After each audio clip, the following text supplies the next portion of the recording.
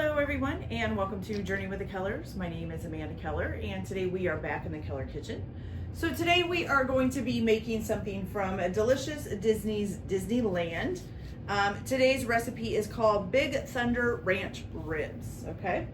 And of course this is from Big Thunder Ranch Barbecue, which was in Disneyland from 2009 to 2016, okay? But there is also like stuff that dates back for these ribs to like a different version of this restaurant that's in Disneyland, that was in Disneyland. There was a different restaurant before that that eventually led to this one, but that's a different story. So, okay, so the first thing that you are going to need to do is you are going to need to make what they call a citrus roundup barbecue rub. You are going to need to do this quite far ahead of time because you need to put it on your rack of ribs and then you need to let it sit for 8 hours, okay? So you might want to do this like in the morning or the night before or whenever you want to do that, okay? All right, so the first thing that we are going to do, we're going to start out with some lemon pepper, and we're going to put 2.5 tablespoons of lemon pepper into a bowl. Okay, so we have 1 tablespoon, 2 tablespoons, and then 1/2 tablespoon of lemon pepper.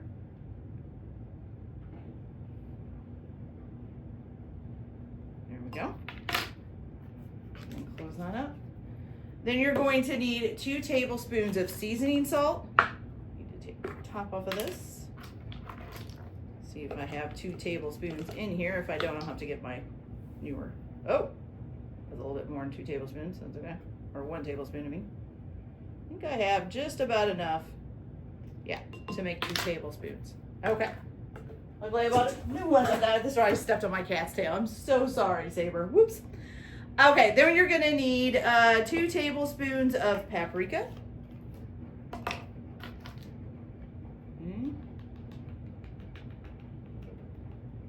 One thing bad about some of these seasoning, I wish the seasonings jars like fit a whole tablespoon in them. I know there's different versions of tablespoons. Some are long, some are wide, some are all kinds of stuff, but I wish they would make them big enough to fit a tablespoon in so you could just go in and dip it out. Okay, so there's 2 tablespoons of paprika. Then we need 1 tablespoon of sugar.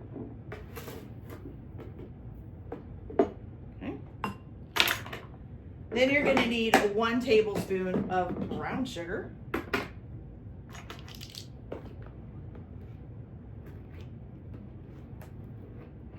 Okay.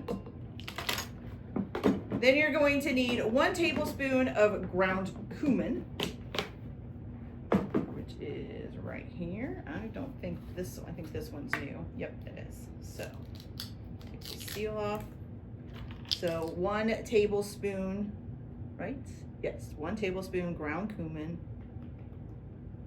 Whew, this stuff always makes me want to sneeze. Smells very peppery. Okay, kind of peppery. It's like a weird peppery. Okay, then you need 1 tablespoon of chili powder.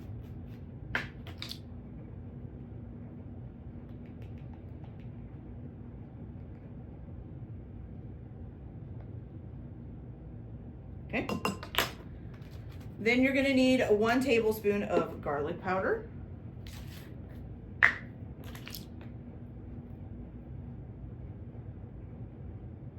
Okay. 1 tablespoon of onion powder.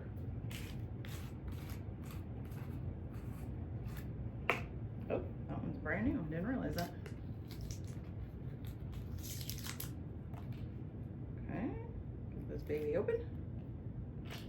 So 1 tablespoon of onion powder. There we go. And last on the list is 1/4 or 1/4, however you want to say it, tablespoon. Is it tablespoon? Yes, tablespoon of cayenne pepper. Now I don't have a 1/4 of a tablespoon, so I'm going to do about 1/2 of a tablespoon.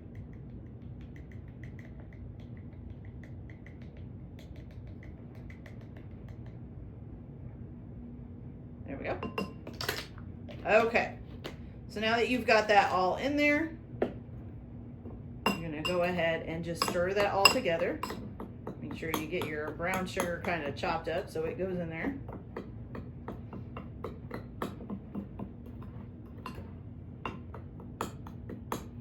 I want to try to make sure that it gets pretty uniformly stirred up. You don't want it to have big chunks of one seasoning in one area, and then, you know, big chunks of another seasoning in another area. So try to get it pretty uniformly mixed up. And like I said, make sure that brown sugar, you know, chops up and gets in there real good. Try to smash it all kind of down so that the brown sugar won't have little lumps all over. Okay, so now we have that done. So now what you're gonna do is you're gonna sprinkle this all over your ribs, and you need 1 4-pound rack of pork spare ribs trimmed of excess fat, okay?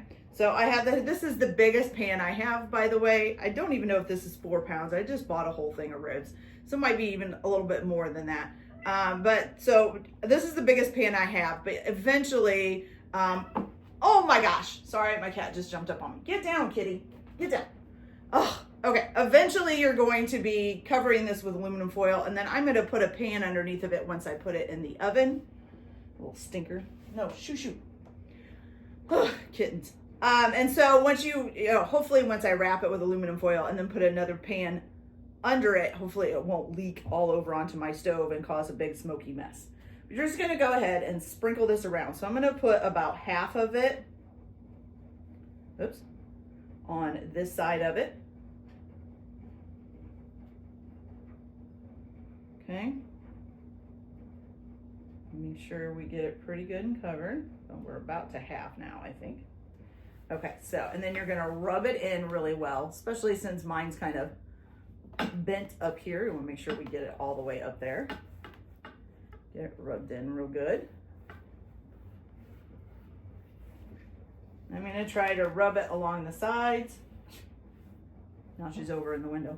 I'm gonna try to rub it in the sides as well, just to make sure that all of it gets some nice seasoning on it, okay? Maybe just a little bit more. Okay, oops, it's like coming off. Okay, make sure we get it up here. Don't you dare.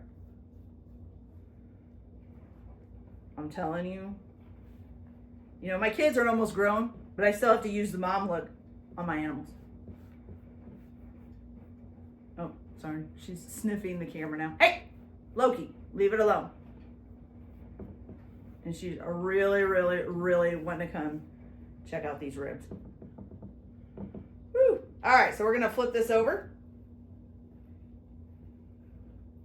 And then we're gonna do the other side.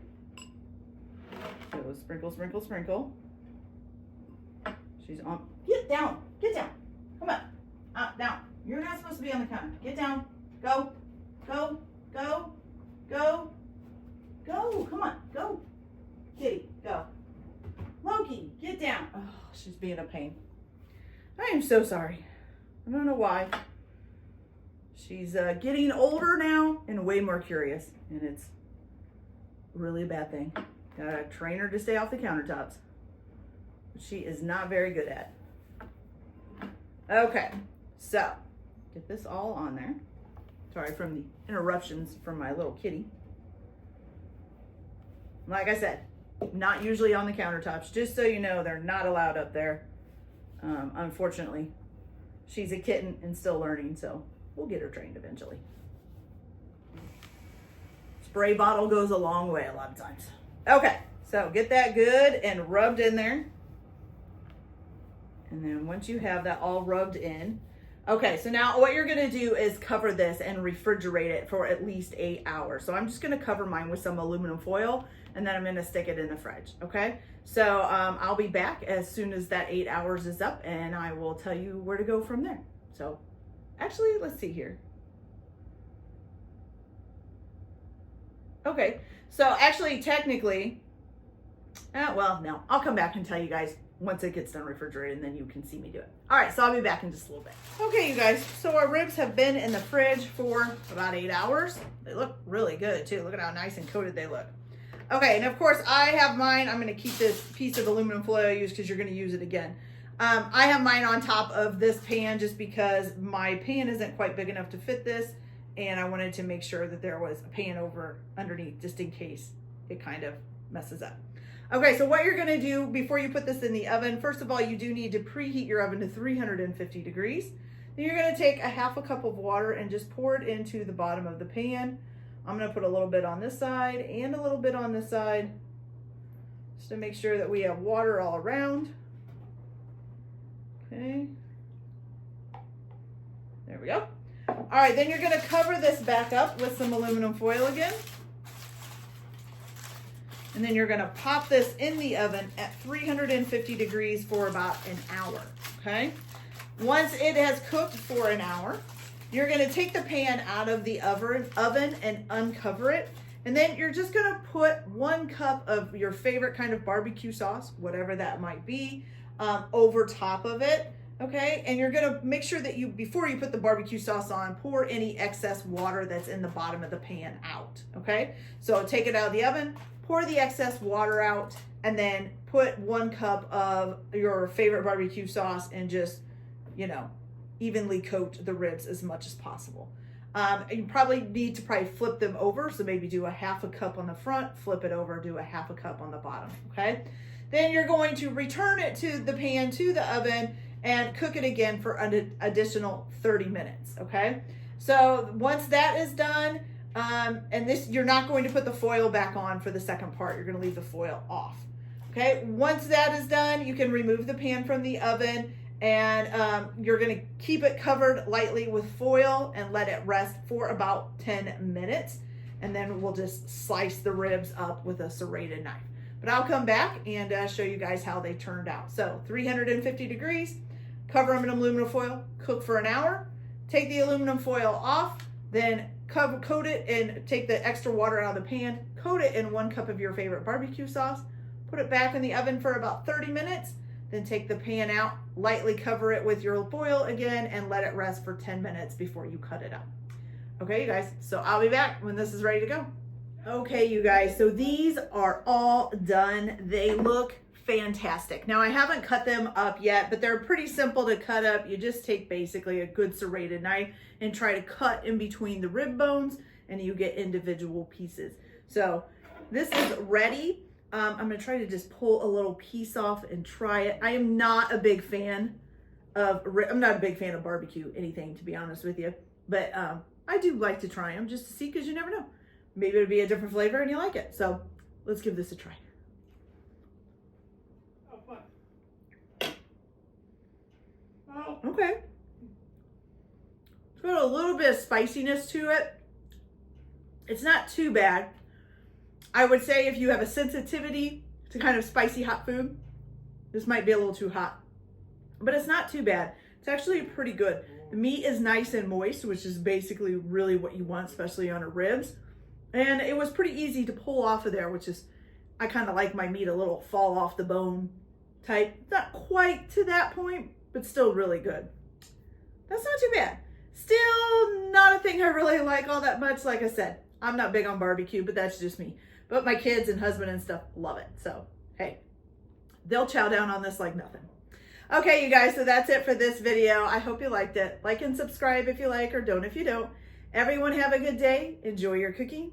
Keep your kitchen messy, and we'll see you later. Bye.